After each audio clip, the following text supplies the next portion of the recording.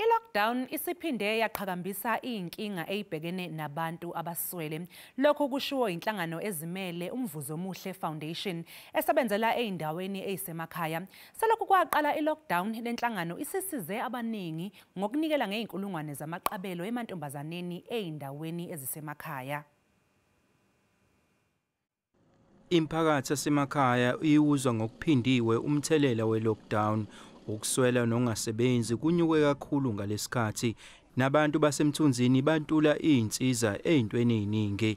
Amantombazanyana lapha athembele kuhulumeni ukuthola ama-pads ezikoleni. Abazali abakhona ukusebenza kahle ngoba akuvumelekile ukuthi isebenze. Kushuthi nebekwazi ukungithengela ama-pads ingakho azongisiza kakhulu. The sanitary pads azosiza kakhulu ngoba I won't be able ukuthi ngiphinde ngibhede noma ukuthi ngicela ama-pads whereas she's already worried.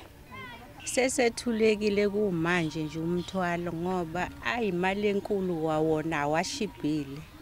Sesiyajabula nje ukuthi khona lapho esixhaswa khona. Lenhlangano esingenelele emphakathini ngokusiza intsha amantombazanyana iphinde ifundise umphakathi ngezindlela zokuyivikela kwigciwane lecorona nobungozi balo. Sibone kukuhleka ukuthi ukuze zingayitholi sezibandakanya nocansi noma abadala lababizwa ngosugar daddy zibona ngathi azithandwa zifuna izinto eziyi-basic life necessity. Sibone kukuhle ukuthi asisondele kuzona sikwazi ukuthi si-instill back i-confidence kuzona ngokuthi sinikele ngama-sanitary pads. Lenhlangano inxusa izinkampani ezinkulu kuba zixhase kulolu hlelo lomphakathi.